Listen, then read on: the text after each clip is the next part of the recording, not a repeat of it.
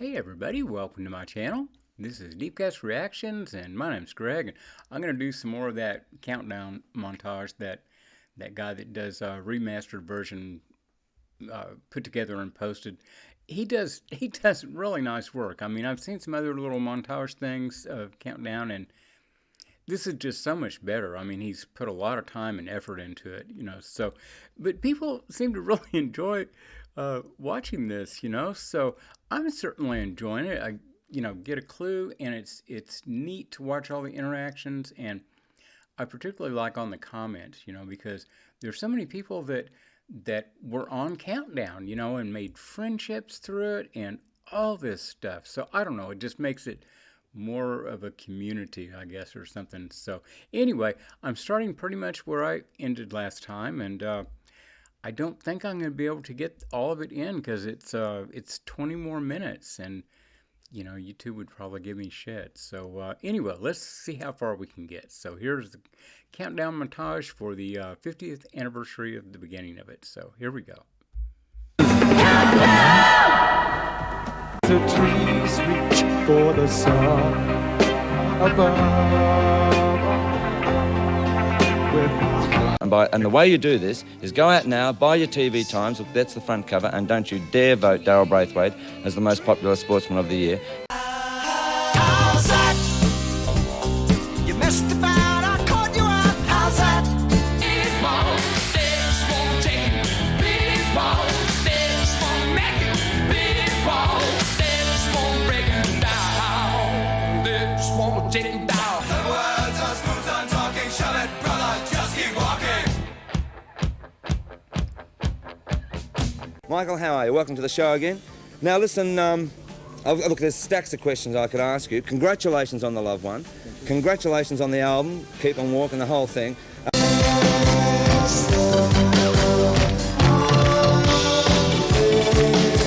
What advice would you give then, Michael, being in a group like In Excess, that, they had a great debut album. Well, no, seriously, what advice would you give a group as young as as In Excess are, of how to handle the business? I mean, I don't really know. I mean, we are not a very good example of how to handle the business. No, but what would you say? I mean, just one piece of advice, what would you say? Don't take it too seriously. Well, I don't have any advice. I really don't. If I had to say anything, I'd just say, think clean, mate. Think clean. And I'd say to you, Mark, be good, and the group will be fantastic. Come on. 3, 2, 1. Hello, Australia. I've always wanted to say that. I'm Gavin Wood, and welcome. I've got to tell you about our dance finalists. Amazing.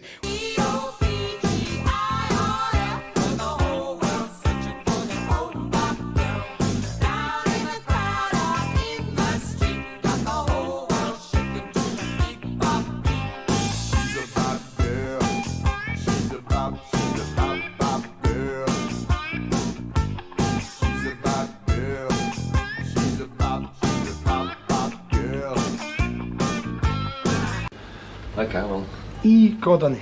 I beg your pardon? What does that mean? Behave yourself. Good, good. Jimmy Barnes just told me to behave myself. Well, isn't that the pot calling the kettle black?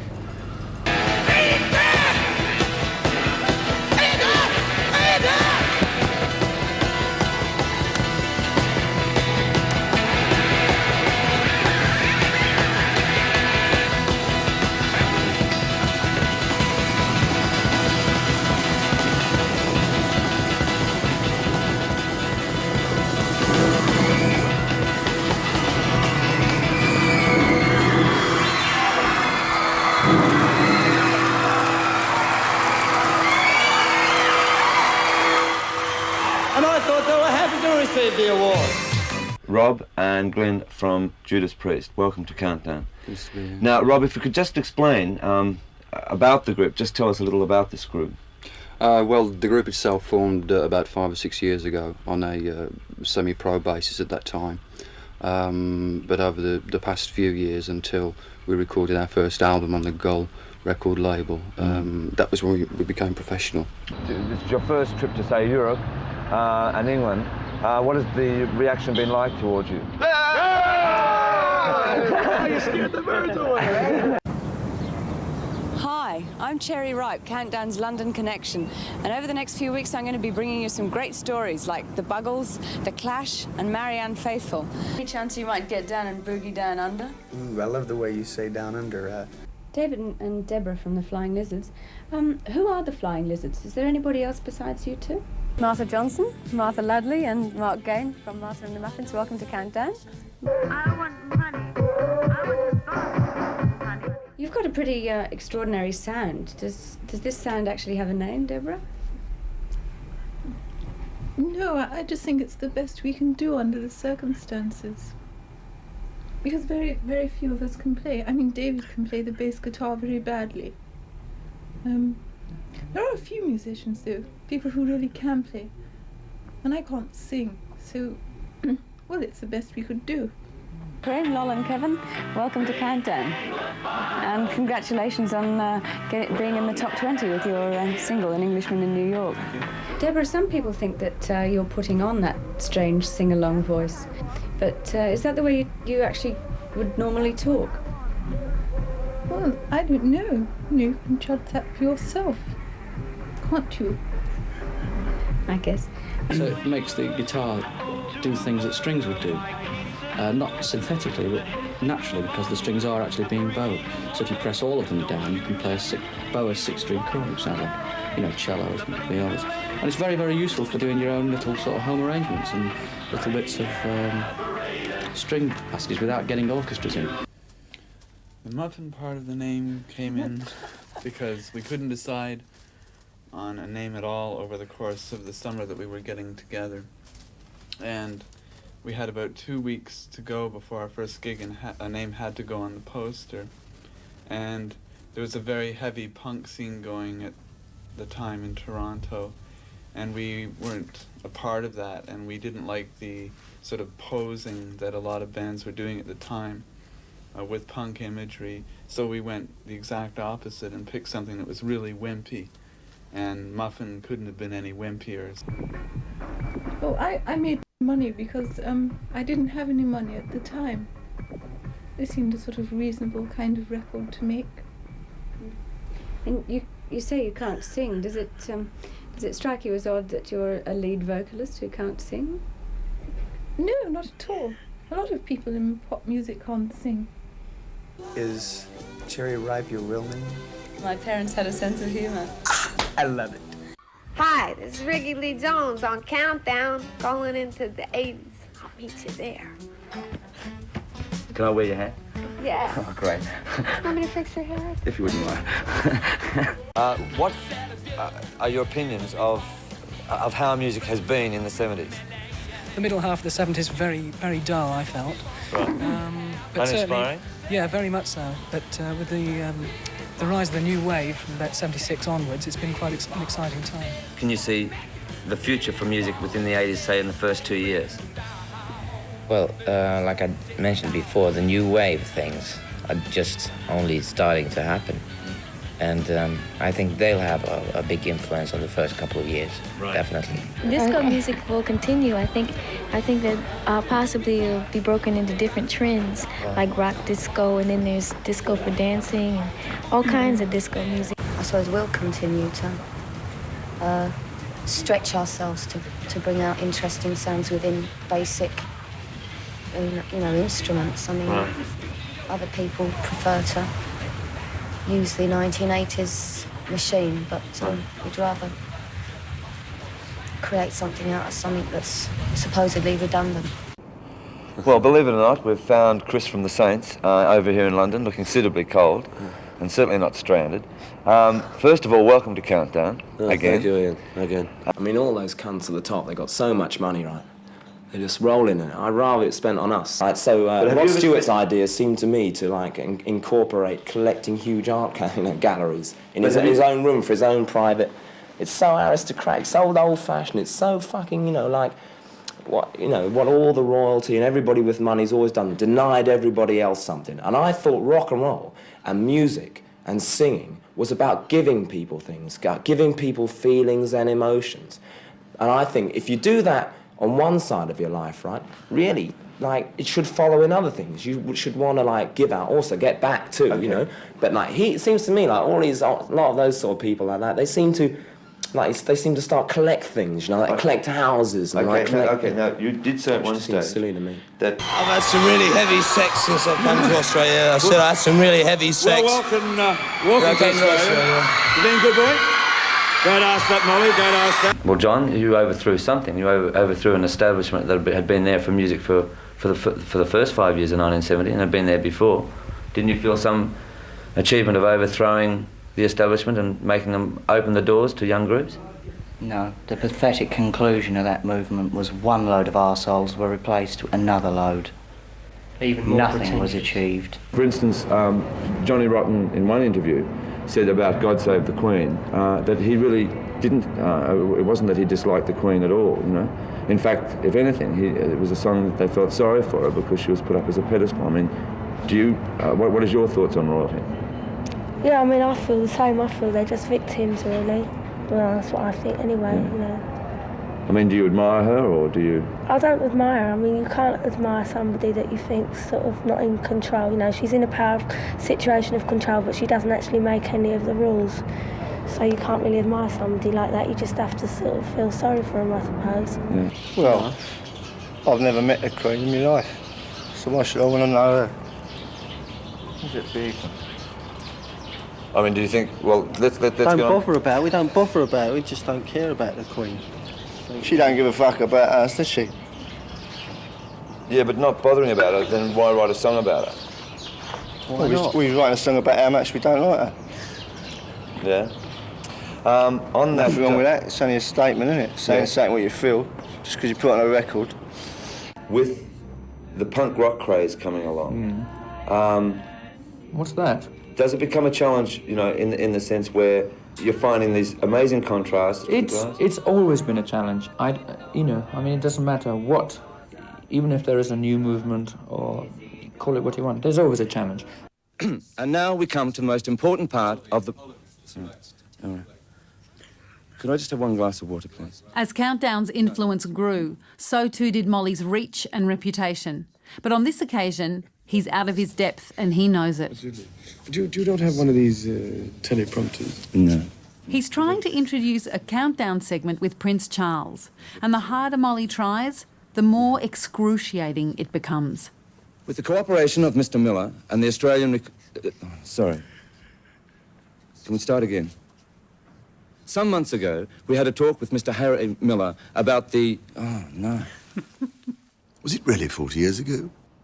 It only seems like yesterday. I wish it were tomorrow. I'd cancel it. Your Royal Highness... Oh. I'm sweating like a pig.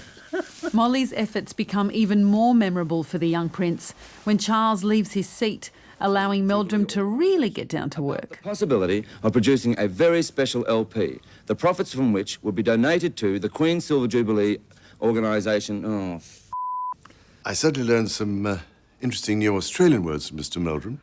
With all the proceeds and the profits... No, not with all the proceeds. I then myself up by stuffing up the Prince Charles interview. After a lot of negotiation, with Mr... Oh. No, it's not a regret, but I definitely stuffed that up, you know? Sit down. Yeah, OK. Sit down, relax. Right, OK. Let's Look go. around you. Yeah. Familiar surroundings. Yeah. Come on. Get a grip. Come on, punch through. The profits from which will be donated to the Queen's Silver Jubilee organisation. Could I just have one glass of water, please? And, dear. Sorry, mate. Anyway, congratulations to Countdown. It was an evening I will never forget, and a special thank you to Molly Meldrum.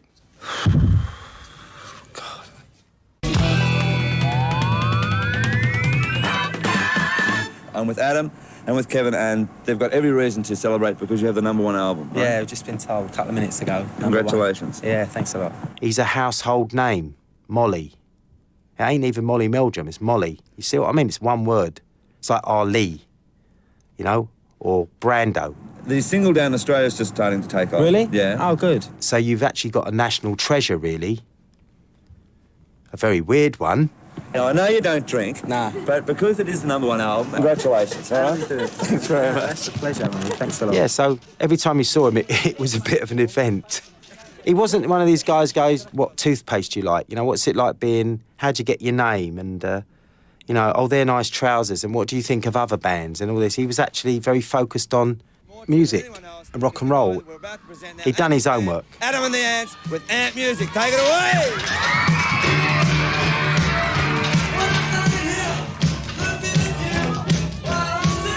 Countdown was like going into a room with a load of cameras going out live, and they had a rough idea of what was going to happen, but very rough. And that's why I think you got to this place and you had a good time.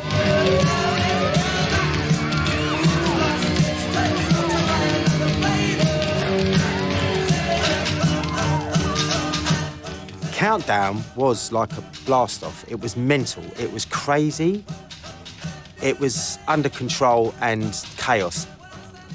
It was this ordered, very calm apocalypse that was going on there. Some people think he's a wally, but I love Molly. See you soon in Australia on Countdown. Well, tonight we present you with a world exclusive. It deals with one of the musical geniuses of the 80s. Born George O'Dowd, this brilliant singer-songwriter, over the past 18 months has not only become a household name, he's become a household face. The first time we arrived at Countdown, at the backstage door, there was like a group of fans who were immaculately dressed, they'd each kind of made an outfit of mine. I'm shocked. I keep asking all the men if they're women. Why? Because it's one of the most trendy places I've been to in Australia so far. They were exquisite. It was like, the costumes were better than my costumes. I was furious. Come here. And I was like, oh, they have to come in, so I got them in. Oh. Why dress up and be ignored? Sit. See, and there's another one as well somewhere, but he's being a bit shy. I got him into the gig, and I remember, the next day, there was, a newspaper story, and it said, Boy George bans all normal people from Countdown, which I thought was hilarious. Right, fair enough. It wasn't true, obviously. This is the best part of the show. Yes, it is. Everyone should come over. Oh, no. Just turn the camera around. This boy just looks fantastic. And here it is with a beautiful song, the lovable, adorable, fantastic, brilliant Boy George.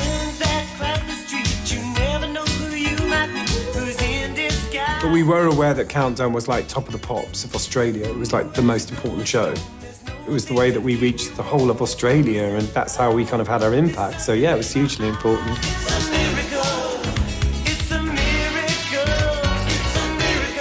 Come on, they need a lift, you guys. Hey. Go to the stage. And look what I've actually bought. I bought a St Kilda footy jumper. I insist you wear sometime tonight. All right. St Kilda has not won a game, I think, in 9 weeks, and they finally beat South Melbourne today. So I think that deserves a cheer from all of us.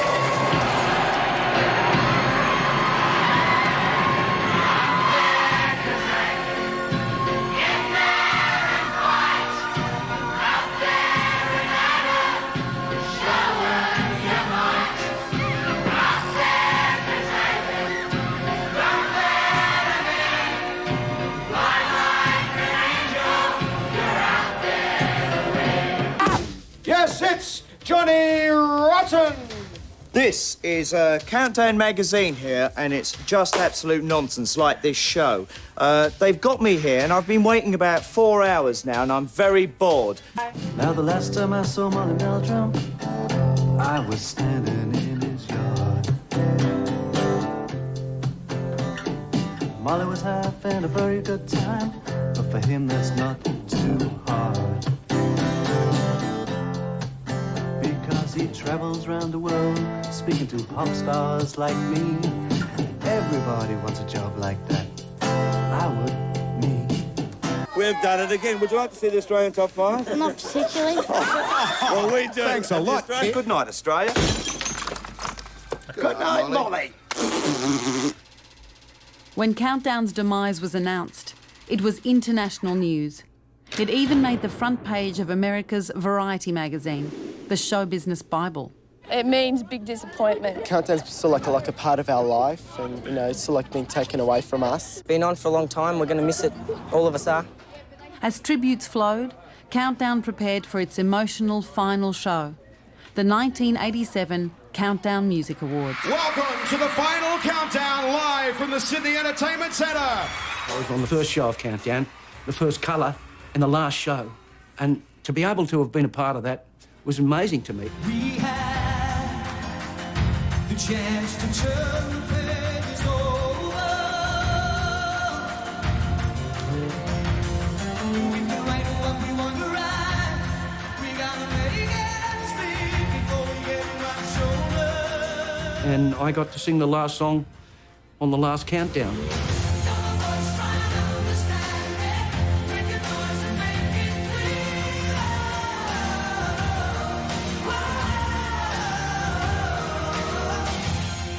I was very honoured to be on that particular show, and that was a big thing for me. Yeah. John, you can have the hat. Peter, I hope you don't mind doing a impersonation of you. Thank you, Australia. Good night, and thanks for 13 years. You've been bloody wonderful.